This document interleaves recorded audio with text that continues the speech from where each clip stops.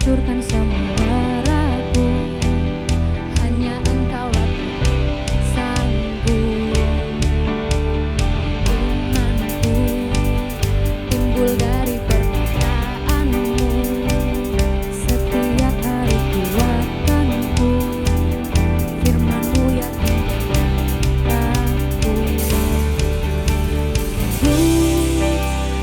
Jai perbuatan-Mu selalu.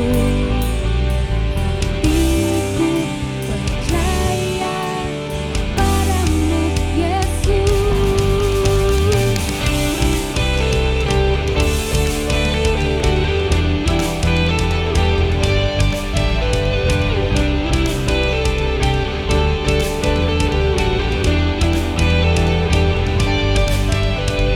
Tanganku memuji keajaiban-Mu, naikkan ucapan syukur karena mujizat hidupku. Sungguh ajaib perbuatan-Mu selalu. Hatiku percaya padamu, Yesus. Kau selamanya ada.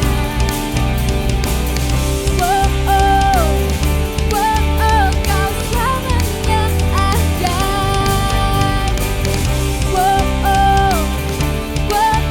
Kau selamanya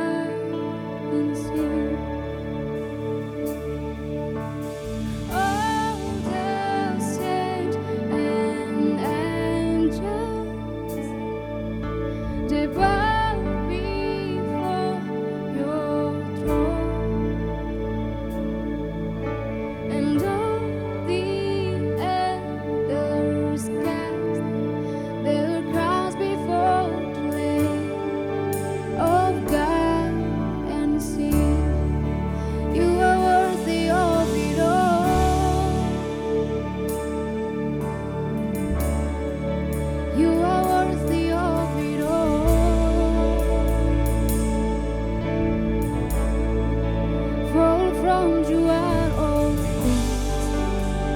To you are all things. You deserve the glory.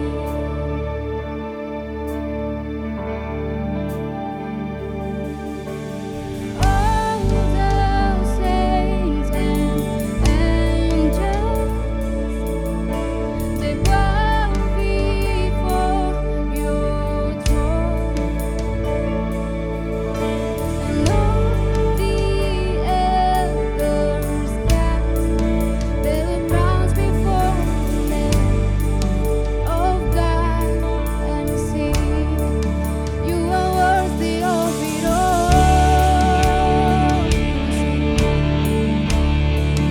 You are worthy of it all.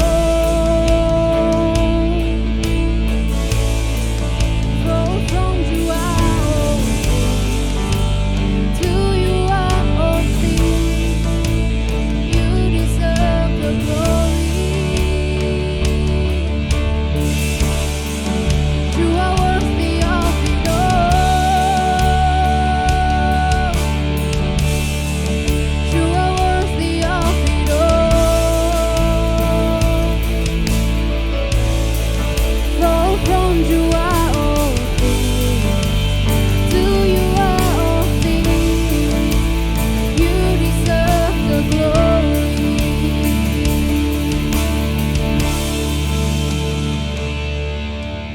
Day and night, night and day, let incense arise. Day and night, night and day, let incense arise. Day and night, night and day, let incense arise. Day and night, night and day. Day and night, night and day, let incense arise. Day and night, night and day, let incense arise. Day and night, night and day, let incense arise. Day and night, night and day. You are worthy of it all. You are worthy of it all. For from you are all things. To you are all things. You deserve the glory. You are worthy of it all. You are worthy of it all. For from you are all things. To you are all things. You deserve the glory. For from you are all things. To you are all things. You deserve the glory.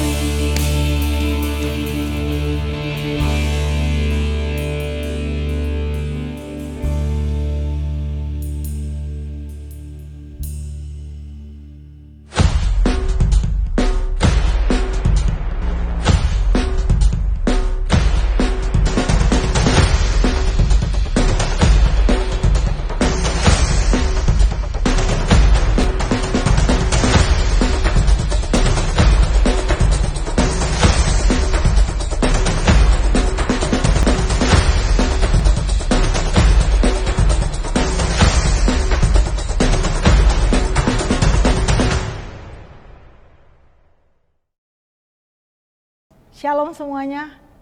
Tahun ini kita bertemu kembali di minggu kedua. Selamat tahun baru untuk kita semuanya yang ikut ibadah pada minggu ini. Puji Tuhan. Sebelum mendengar firman Tuhan, kita terlebih dahulu berdoa.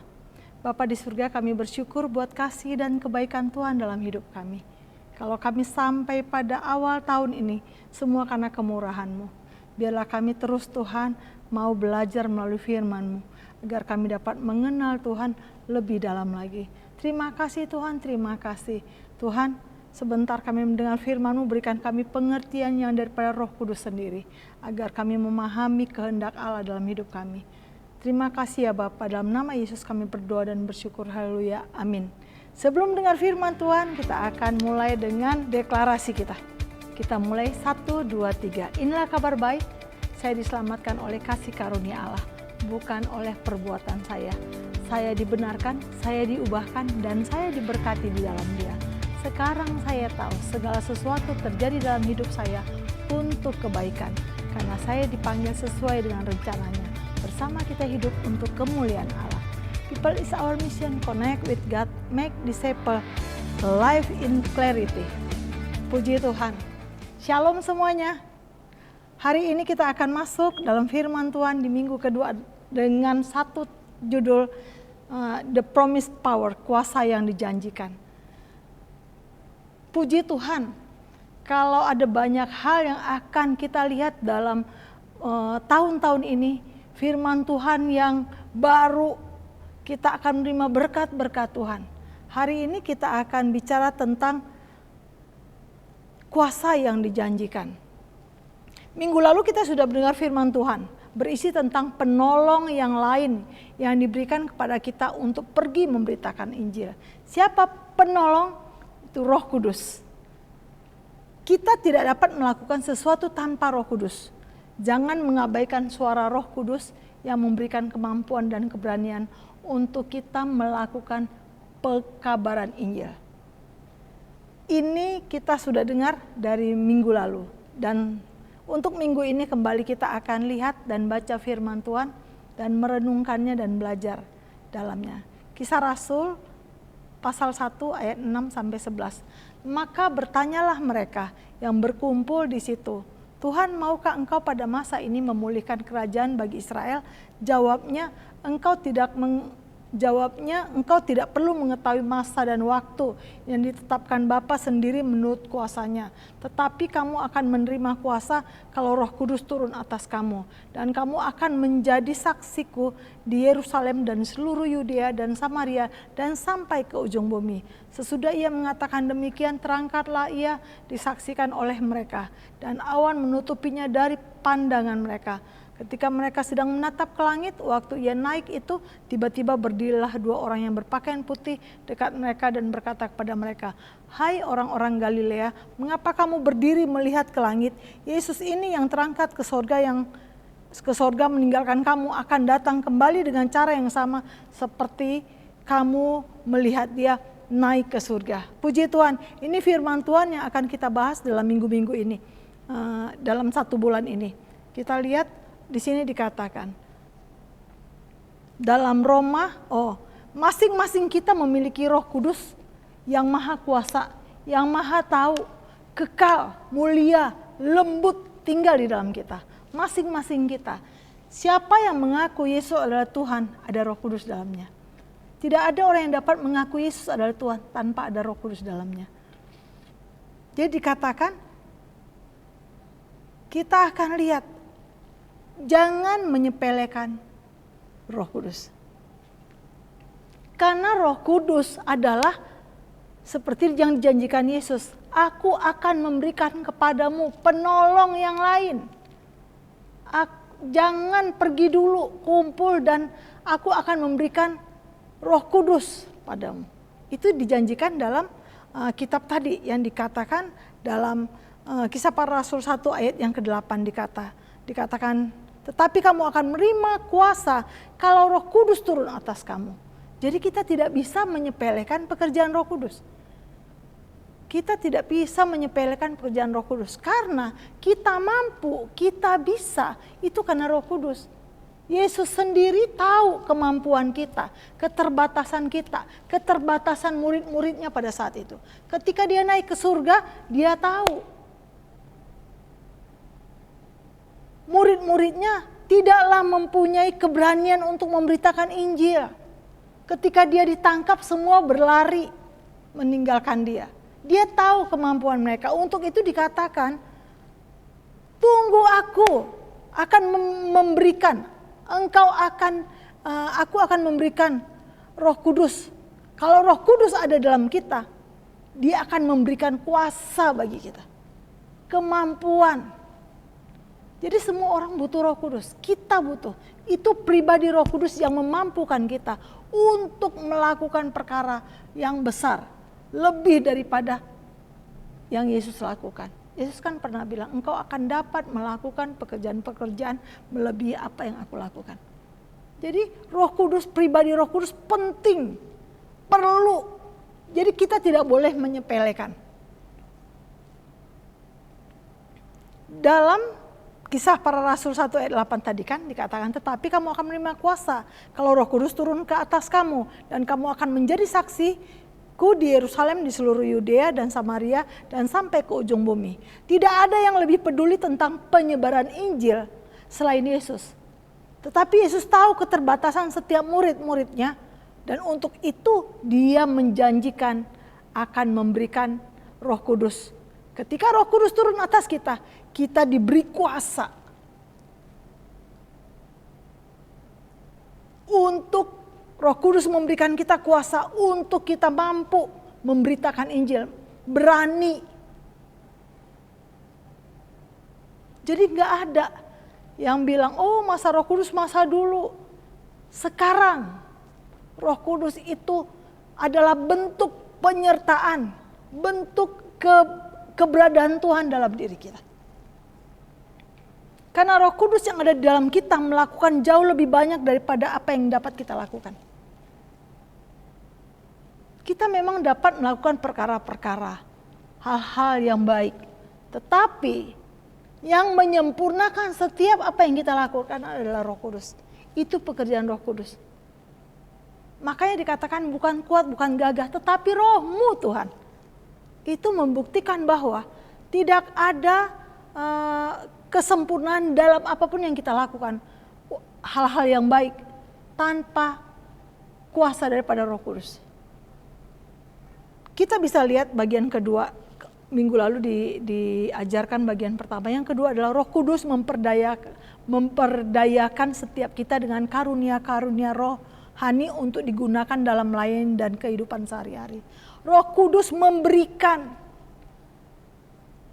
setiap kita karunia-karunia rohani untuk digunakan dalam melayani dan kehidupan sehari-hari. Dahsyat Roh Kudus ini sekalau bekerja dalam kehidupan kita luar biasa.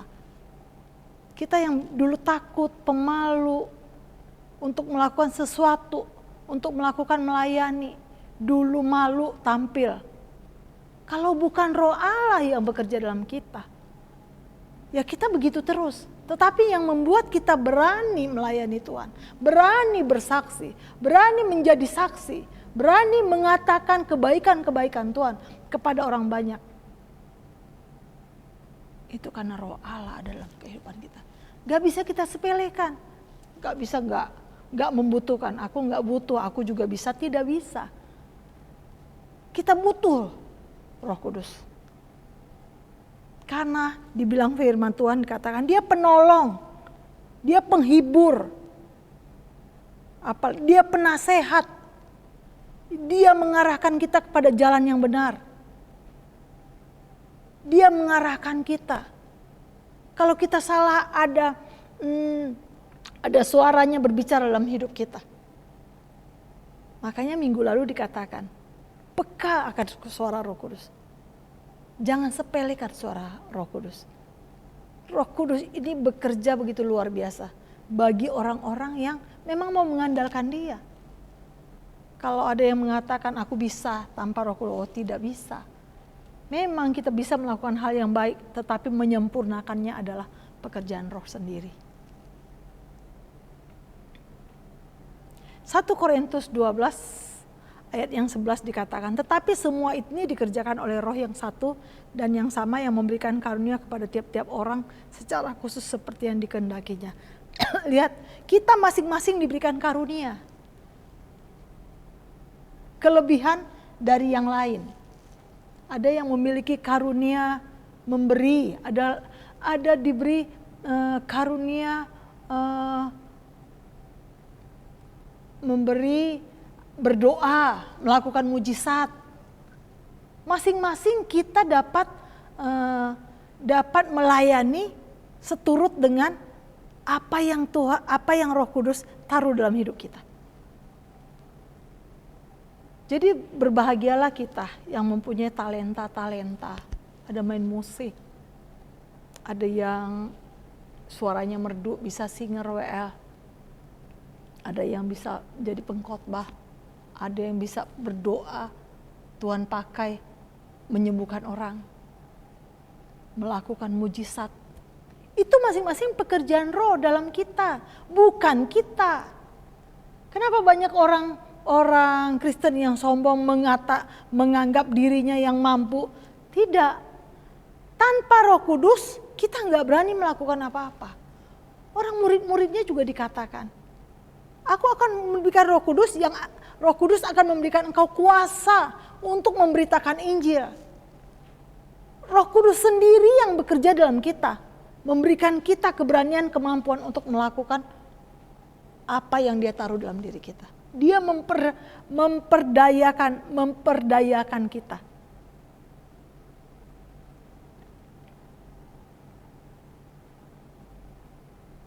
Tetapi semua itu dikerjakan oleh Roh yang satu yang sama dan yang sama, yang memberikan karunia. Kalau Dia diberikan karunia untuk bernubuat, karunia untuk berdoa, karunia untuk melakukan mujizat, itu Roh Kudus yang memberikannya. Tiap-tiap orang secara khusus seperti yang dikehendakinya, seperti yang Roh Kudus sendiri mengkehendaki dalam diri kita. Dia tahu. Jadi kita tidak ada yang bisa bermegah diri. Karena semua yang kita punya, kita bisa, kita mampu, kita berani. Dan kita dapat berjuang ketika masa-masa sulit. Itu Roh Kudus yang bekerja dalam kita. Dia penolong, penasehat. Ya, banyak perannya dalam hidup kita. Jadi jangan menyepelekan setiap Dia memakai hidup kita dengan karunia-karunia yang berbeda. Jadi tidak bisa sepele melihat teman punya kelebihan yang lain daripada kita. Melihat diri kita nggak punya, tidak boleh menyepelekan pekerjaan roh, karunia-karunia yang sudah Roh Kudus berikan bagi kita. Dia tahu porsi apa yang dapat diberikannya kepada kita. Betapa pentingnya Roh Kudus dalam kehidupan kita. Roh Kudus memberikan kemampuan untuk berdoa. Kedua, Roh Kudus memberikan kemampuan untuk berdoa. Tadi memperdayakan kita dengan banyak diberikan, masing-masing kita diberikan karunia. Roh Kudus juga di samping Dia memberikan kita karunia-karunia berbeda untuk memperlengkapi gerejanya, untuk memperlengkapi tubuh Kristus dengan segala fungsinya.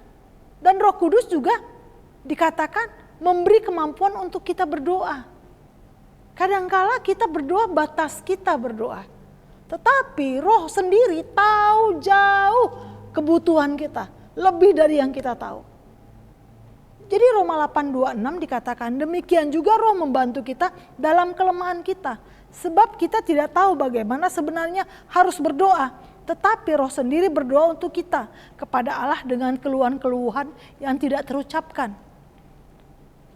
Kita hanya tahu sekarang, kita nggak tahu ke depan akan bagaimana. Jadi kita berdoa hanya sebatas yang kita tahu. Tapi Roh Allah sudah tahu. Untuk itu Dia pun membantu kita dalam kelemahan kita. Sebab kita tidak tahu bagaimana sebenarnya harus berdoa. Kita berdoa dengan apa yang kita hadapi sekarang. Sedangkan Roh Kudus, Dia tahu jauh ke depan. Saya mau bersaksi. Hari Kamis, saya ngantar Pak Guru. Pagi-pagi mau berangkat ke Solo. Saya antar karena buru-buru, kita agak sedikit telat karena kesibukan. Pak Guru udah siap-siap di mobil, ya sudah. Dari awal sebenarnya saya bilang nggak usah masuk tol, tapi Pak Guru bilang enggak, kita harus masuk tol. Karena kartu tol waktu kita pulang kamu kan gitu, kartu tukar mobil sama abang kita tuh Jadi kartu tol kita tertinggal di mana nggak tahu juga. Entah di mobil abang yang sudah, mobil abang saya yang sudah dikembalikan. Nggak tahu di situ kartu tolnya, saya juga kurang ngerti atau kita salah letak. Saking banyak barang waktu pulang kampung, letaknya di mana? Pak Guru bilang enggak, kita harus lewat tol. Dia pergi ke Indomaret untuk beli kartu tol dan dia isi untuk pergi ke bandara dan pulang dari bandara. Di dalam mobil sebelum kami berangkat saya berdoa untuk dia karena dia memang bukan untuk liburan tetapi ada urusan bisnisnya yang harus ke Solo. Jadi saya berdoa Tuhan lindungi dia di perjalanan dan apa semua bisnis dan apa yang mau dikerjakan Tuhan memberkati dia buat berhasil dan semua orang-orang yang dia temukan, setiap orang yang dia temukan untuk hal pertemukan dengan orang-orang yang baik agar semuanya berjalan lancar dan pulang juga dalam keadaan baik. Saya berdoa untuk dia. Kami masuk tol dengan mobil. Masuk tol, taulah Pak Guru berpikir kan nanti di bandara akan dicek ini, akan dicek ini lagi, harus apa stempel ini yang dia sudah swab gitu loh. Kertas yang sudah bukti dia sudah negatif ketika dia ini antigen. Jadi dia berpikir oh ini harus jam segini, kalau berangkat jam 11, jam 9 atau setengah 10 harus sampai begitu. Jadi dia pun ya pakai mobil ya biasalah di jalan tol ya gimana gitu. Saya pun di jalan tol nyanyi-nyanyi aja, saya nyanyi rohani. Saya bawa 3 anak-anak di belakang mobil. Ada Markus, ada Via, ada Cia. Kami berangkat jalan. Sampai di pintu tol Kuala Namu, ketika setelah membayar dengan kartu, situ keluar, saya lihat kok mobil beda ya jalannya ya, beda jalannya. Tapi saya bilang sama Pak Guru, ini kok jalannya beda ya? Apa jalannya tidak rata? Karena dia kan memang khusus untuk jalan sebenarnya, untuk jurusannya transportasi kan dalam teknik sipilnya. Jadi saya pikir ini dia karena barangkali pemikirannya pokoknya cepat sampai, dia jawab aja iya ini nggak rata gitu ngomongnya. Oh ya udah, terus dia jalan sekencang-kencangnya. Udah kita bayar masuk parkir, antar ke keberangkatan. Saya langsung balik pulang. Belum sampai pintu pembayaran parkir, mobil itu sudah oleng, udah plek. Saya pikir ini ban bocor ini. Kok bunyinya begini? Saya merasa situ keluar karena belum makan pagi, mau cepet, mau masuk tol lagi. Pulang, kan udah ada kartu, pulang balik diisi. Jadi saya berhenti, saya bilang, pinggir ke kiri, saya bilang, Markus coba periksa bannya sobek saudara, sobek. Berarti saya berpikir tadi waktu keluar tol yang saya merasa tidak nyaman itu berarti sebenarnya sudah terjadi. Pak Guru kejar ke bandara langsung keberangkatan, saya berpikir ini ban berarti sudah ini. Cuma di sini pas kita lambat-lambat jalan baru dia bunyi, baru jelas oh ini ternyata itu udah sobek yang besar, yang lainnya itu udah sobek. Saya bilang, loh kok bisa begini ya? Saya telepon Pak Guru, ini gimana ya?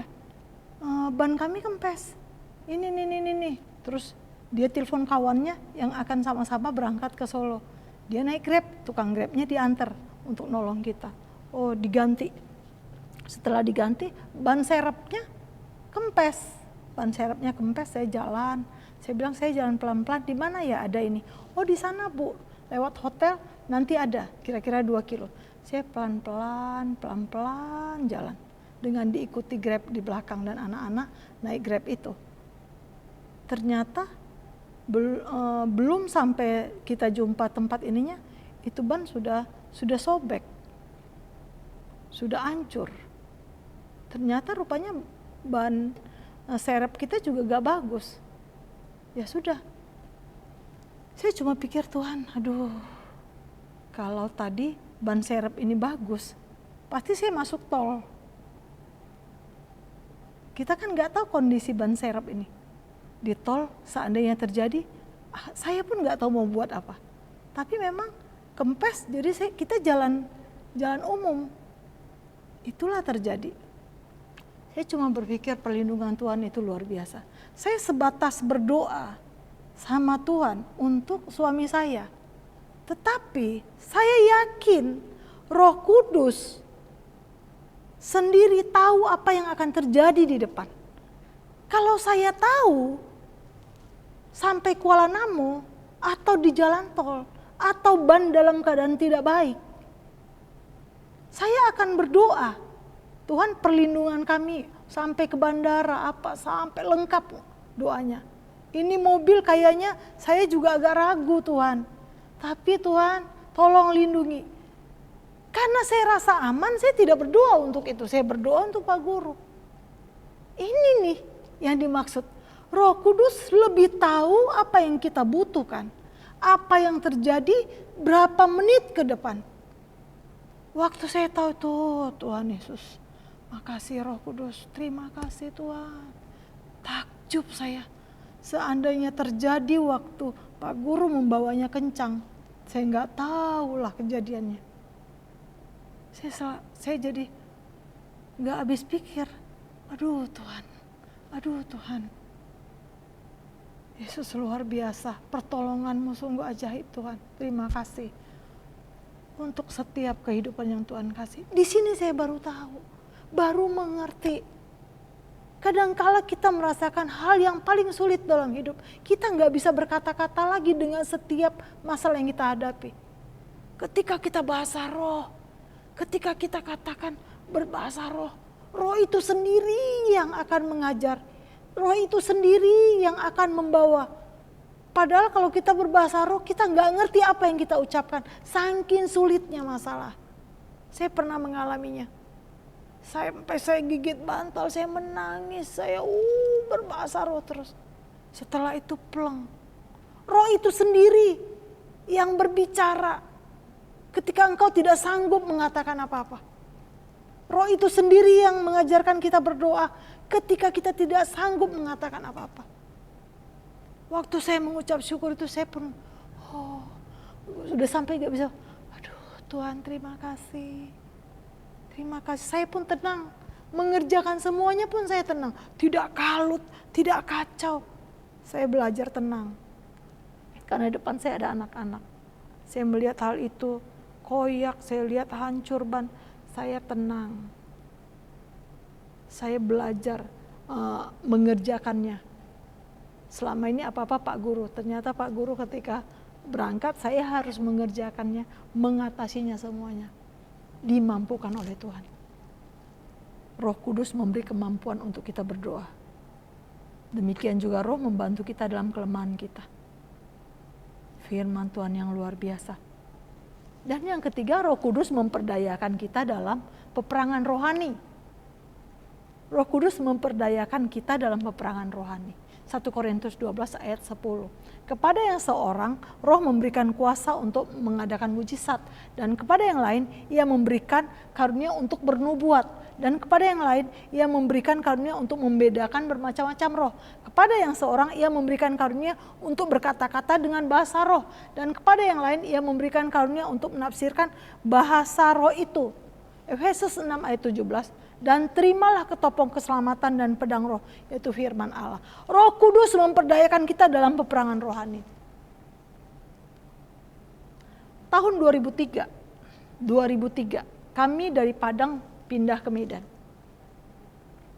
Kami menempati satu rumah di daerah Sunggal, ada komplek di sana. Kantor suruh cari rumah sebelum Pak Guru pindah, kita cari rumah dulu, udah dapat baru kita pindah. Rumah itu saya lihat nyaman. Sebelum kita masuk, kita panggil tukang cat, kita panggil tukang ini memperbaiki semuanya, dicat ulang semuanya, dan rumah itu jadi bagus. Saya pulang ke Padang lagi, nyusun ini packing barang, dan barang dikirim, saya berangkat ke Medan lagi bersama anak-anak. Udah nyaman, udah enak. 1 bulan ada di sana, sudah selesai semua disusun pada tempatnya. 1 bulan atau 1 bulan lebih. Saya pikir udah tenang nih, udah tenang, udah nyaman. Udah tidak ada kesibukan, tinggal antar anak sekolah. Mencari sekolah sudah saya kerjakan dari awal. Udah enak, kalau anak sekolah saya udah menghilangkan lelah. Tetapi berbeda yang terjadi dalam hidup saya. Saya ada gangguan, ada yang mengganggu. Saya tidur gak tenang, tidur siang sendiri, masuk rumah takut. Ketika anak sekolah, saya mau pulang kadang-kadang takut. Takut saya di rumah. Saya juga bingung, saya gak pernah takut. Saya takut di rumah. Jadi kalau di rumah saya buka pintu, semuanya saya duduk dekat pintu, ada rasa takut. Tinggal tunggu, kalau anak belum pulang sekolah, saya tunggu di sekolah. Padahal saya masih capek, maunya beristirahat di rumah. Tapi nggak bisa, ada gangguan, ada gak nyaman, tidur kok kayaknya gak tenang. Saya juga bingung. Satu kali saya pikir, kalau saya begini terus, gak baik bagi saya. Kalau suami sama anak-anak tenang saja di rumah itu. Saya pikir kalau saya begini bisa gak sehat. Ada apa ini rumahnya, saya bilang. Tapi saya harus kasih waktu. Besok saya harus berdoa untuk rumah ini. Saya antar anak-anak, besok saya dengan minyak. Saya berdoa dari bawah sampai ke lantai, sampai ke atas loteng. Saya bilang, saya berdoa peperangan. Saya tahu ini yang memampukan saya ini Roh Kudus. Kalau enggak, saya gak berani. Masuk rumah pun takut. Karena seperti gak nyaman rumah itu. Saya situ pikir tidak, saya harus lawan. Gak bisa saya begini. Gak boleh. Saya harus lawan. Kalau begini terus gak bagus. Karena kita dibayar kantor untuk 3 tahun. 3 tahun memakai rumah itu. 3 tahun dalam 3 tahun saya tidak nyaman, ya gak mau juga. Tidak. Saya buat rencana peperangan rohani. Saya berdoa, hai kuasa-kuasa kegelapan, kalau engkau dulu ada di sini, kamu harus ikut pemilikmu. Saya pemilik Kristus. Rumah ini rumah saya sekarang. Saya yang ada di sini. Jadi Yesus yang ada di sini. Hari ini aku katakan, aku patahkan kuasamu, keluar. Ikut ke sana, di mana Tuhanmu berada. Jangan tinggal di sini. Engkau tidak akan tenang kalau engkau berada di sini. Karena aku milik Kristus. Rumah ini Kristus ada di tempat ini. Aku usir engkau. Saya jalan dari dapur depan ke atas, naik ke loteng. Itu kamar anak-anak 2 di loteng, sama kamar mandi. Saya berdoa, aku usir dalam nama Yesus, usir. Tidak boleh engkau di sini. Saya berdoa peperangan sampai kamar. Tuhan, berikan aku ketenangan. Gak mungkin, rumah ini udah 3 tahun dibayar, gak mungkin karena gak nyaman saya harus keluar. Saya harus nyaman di tempat ini.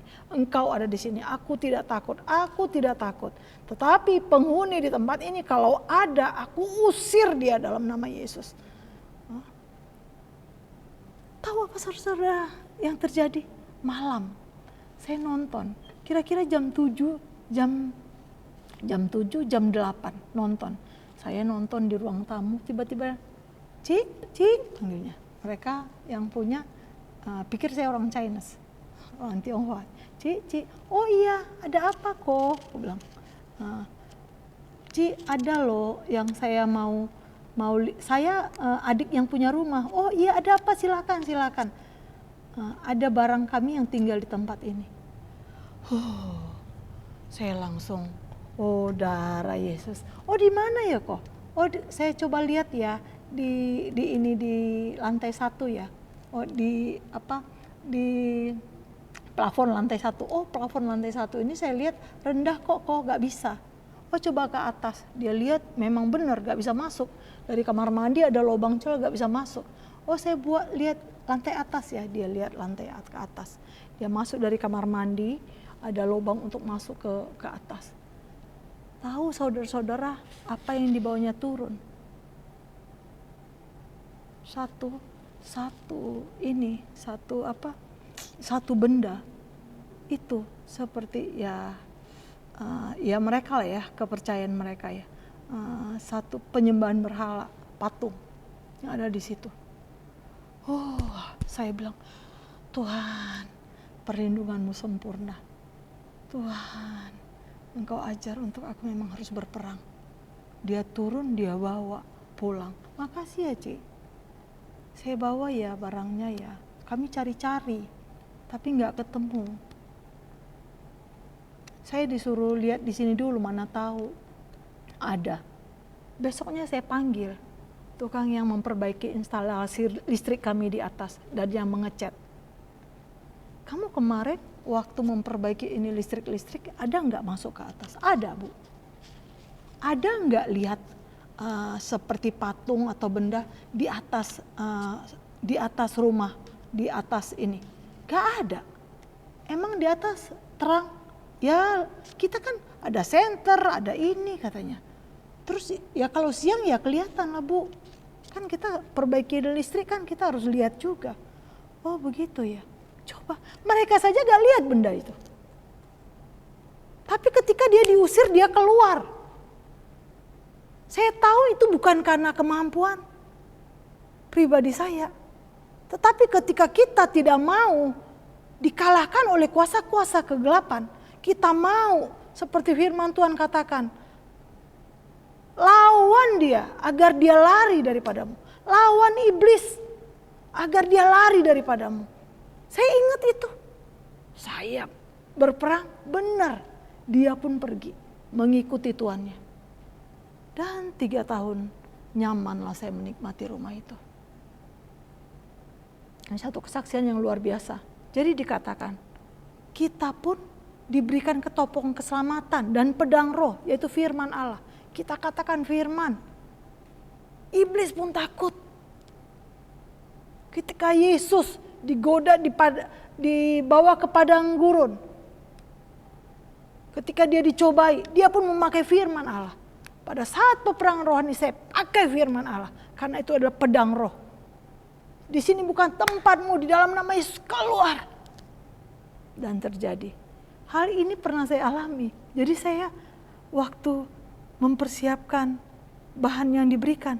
Saya bilang wow Tuhan luar biasa. Aku pernah mengalami ini. Karena Roh Kudus memampukan kita untuk dapat menang.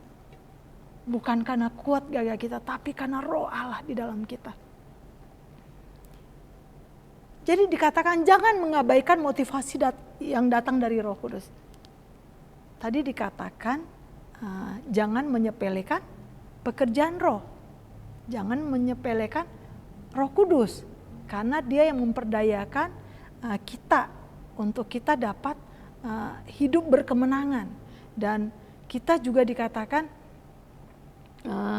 diberikan karunia-karunia masing-masing setiap orang untuk dapat melayani Tuhan dan untuk kehidupan kita sehari-hari menjadi berkat dan menjadi saksi bagi banyak orang.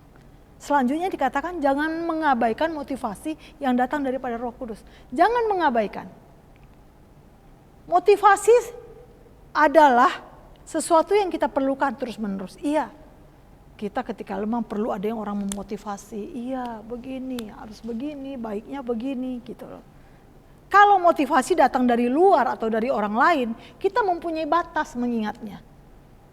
Tetapi motivasi yang berasal dari Roh Kudus yang ada di dalam kita, itu membuat kita mampu melakukan perubahan diri yang lebih konsisten. Kalau motivasi yang datang sama orang, kita bisa berubah. Besok sudah lupa. Atau bulan depan terulang lagi. Lupa. Tapi kalau motivasi yang ada dari dalam diri kita, di mana roh Allah ada dalam kita, di mana Roh Kudus ada dalam kita, memampukan kita untuk melakukan perubahan diri yang lebih baik dan lebih konsisten. Bisa terus menerus. Karena berubahnya dari dalam. Motivasinya dari roh Allah yang ada dalam kita. Roma 8 ayat 5 sampai 6. Sebab mereka yang hidup menurut daging memikirkan hal-hal yang dari daging. Mereka yang hidup menurut roh memikirkan hal-hal yang dari roh. Karena keinginan daging adalah maut, tetapi keinginan roh adalah hidup dan damai sejahtera. Kalau kita hidup menurut roh, dikatakan ada damai sejahtera.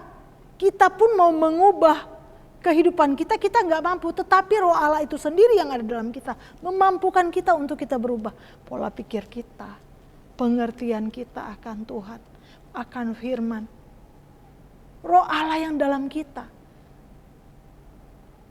Kalau orang dengar khotbah barangkali ya sekian persen bisa didengar. Kalau baca firman ya ini juga bisa sekian persen, 60, 70 atau 80 daripada hanya mendengar firman Tuhan dari khotbah rohani. Tapi ketika roh Allah sendiri yang di dalam ini bekerja dalam hidup kita, ketika kita baca firman, roh Allah bekerja dia dalam kehidupan kita. Semua firman itu bekerja dalam hidup kita untuk membuat kita berubah. Kan dikatakan Roh Kudus penasehat, memberikan kita motivasi ketika kita lemah, ayo bangkit. Ketika kita kurang semangat, ayo maju. Karena Allah sendiri ingin kita berhasil dalam melayani, dalam pekerjaan, dalam studi.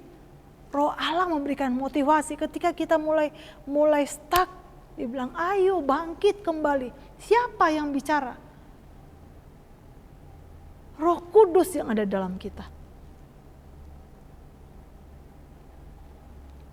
Seperti Roma 8 ayat 5 dan 6 tadi dikatakan.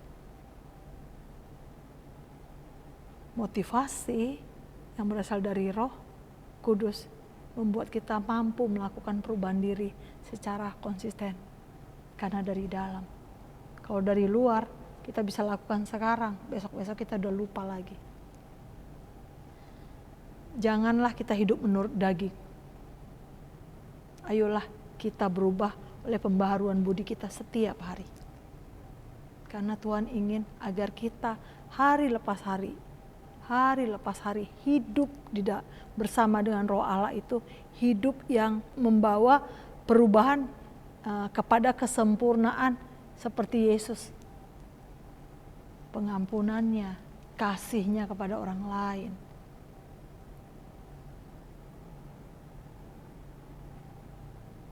Jadi dikatakan di sini, ayo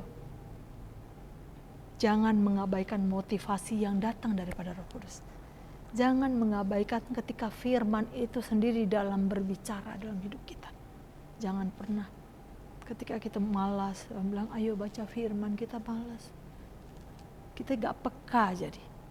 Karena kita suka mengabaikan. Suaranya lembut, suara Roh Kudus itu lembut, halus. Dia tidak memaksa, tetapi dia selalu mendorong. Kita harus dapat membedakan suara hati seperti minggu lalu, suara hati diri sendiri, suara Roh Kudus. Harus peka. Galatia 5 ayat 16 sampai 18. Maksudku ialah, hiduplah oleh roh, maka kamu tidak akan menuruti keinginan daging. Sebab keinginan daging berlawanan dengan keinginan roh. Dan keinginan roh berlawanan dengan keinginan daging. Karena keduanya bertentangan. Sehingga kamu setiap kali tidak melakukan apa yang kamu kehendaki. Akan tetapi jika kamu memberikan dirimu dipimpin oleh roh, maka kamu tidak hidup di bawah hukum Taurat. Firman Tuhan. Jangan pernah menyepelekan motivasi daripada Roh Kudus, dorongan daripada Roh Kudus, pekerjaan Roh Kudus yang dari dalam. Kita akan diubahkan mencapai kesempurnaan seperti Yesus. dalam segala hal yang baik. Di akhir kata dikatakan, di akhir khotbah, Roh Kudus dianugerahkan untuk berdiam di dalam kita. Roh Kudus dianugerahkan, dijanjikan, diberikan untuk berdiam di dalam kita. Karena dia diberikan kepada kita untuk menolong, menegur, mengingatkan kita dalam segala hal. Jadi dikatakan di sini, Roh Kudus diberikan, dijanjikan, dicurahkan, dianugerahkan untuk berdiam di dalam kita. Sebagai penolong, penegur, yang mengingatkan kita dalam segala hal. Terus dikatakan lagi, teruslah berubah menjadi pribadi yang lebih baik. Dan hidup kita menjadi berkat ketika Roh Kudus memimpin kita. Hidup kita dapat menjadi berkat ketika Roh Kudus memimpin hidup kita. Hidup kita memiliki kuasa ketika Roh Kudus memberikan kuasa dalam hidup kita. Jadi, Roh Kudus adalah pribadi yang dijanjikan Yesus sebagai penolong dalam hidup kita.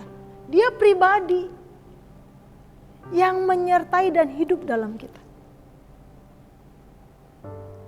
Kata akhir untuk kita semua, jangan pernah menjadi tua tanpa diubah oleh Roh Kudus. 1 Yohanes 2 ayat 6. Barang siapa mengatakan bahwa ia ada di dalam dia, ia wajib hidup sama seperti Kristus telah hidup. Terima kasih. Firman Tuhan memberkati hidup kita. Kita akan tutup dalam doa. Kami bersyukur Tuhan buat firman-Mu yang mengajarkan kami betapa pentingnya Roh Kudus dalam hidup kami. Kami membutuhkan Roh Kudus dalam hidup kami.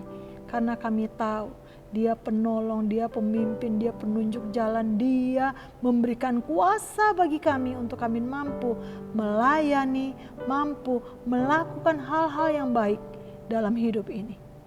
Kami ingin Tuhan Yesus tidak menjadi tua tanpa ada perubahan dari Roh Kudus. Kami ingin setiap hari, setiap waktu ada hal-hal yang harus diubah dalam hidup kami. Tuhan berbicara selalu dalam kehidupan kami. Motivasi kami ya Roh Kudus. Agar kami dapat Tuhan memaksimalkan hidup kami dalam melayani, dalam panggilan-Mu ya Bapa untuk tahun 2022 ini. Kami tahu tahun 2022 adalah tahun yang lebih baik dari tahun sebelumnya. Tahun yang sangat memberkati hidup kami. Tahun yang membawa kami Tuhan melihat kemuliaan demi kemuliaan yang Tuhan bawa, yang Tuhan berikan. Terima kasih Tuhan, terima kasih untuk tahun ini. Biarlah semua firman Tuhan yang akan kami terima dalam tahun ini sangat membawa kami untuk bertumbuh lagi. Di dalam nama Yesus kami berdoa dan mengucap syukur, haleluya. Amin. Selamat hari Minggu, Tuhan memberkati kita. Puji Tuhan, terima kasih untuk Pastor Evi yang sudah menyampaikan kebenaran firman Tuhan. Saya yakin kita semua pasti diberkati.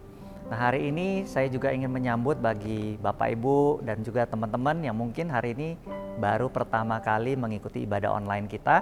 Welcome, selamat datang di gereja ini. Dan saya mau mengajak kalau belum punya tempat ibadah yang tetap, yuk join dan mari kita bertumbuh bersama-sama di dalam kebenaran firman Tuhan. Nah, hari ini kita akan mengakhiri ibadah kita. Saya ajak kita semua sama-sama kita berdoa. Bapa Surgawi, kami mengucap syukur buat hari ini, hari yang sungguh indah. Tuhan sudah memberkati setiap kami semuanya, dan kami semua sudah mendengarkan kebenaran firman Tuhan. Dan kami mau Tuhan supaya setiap kami menjadi pelaku-pelaku kebenaran firman Tuhan, bukan hanya sebagai pendengar. Tuhan, hari ini aku berdoa buat setiap jemaat-Mu.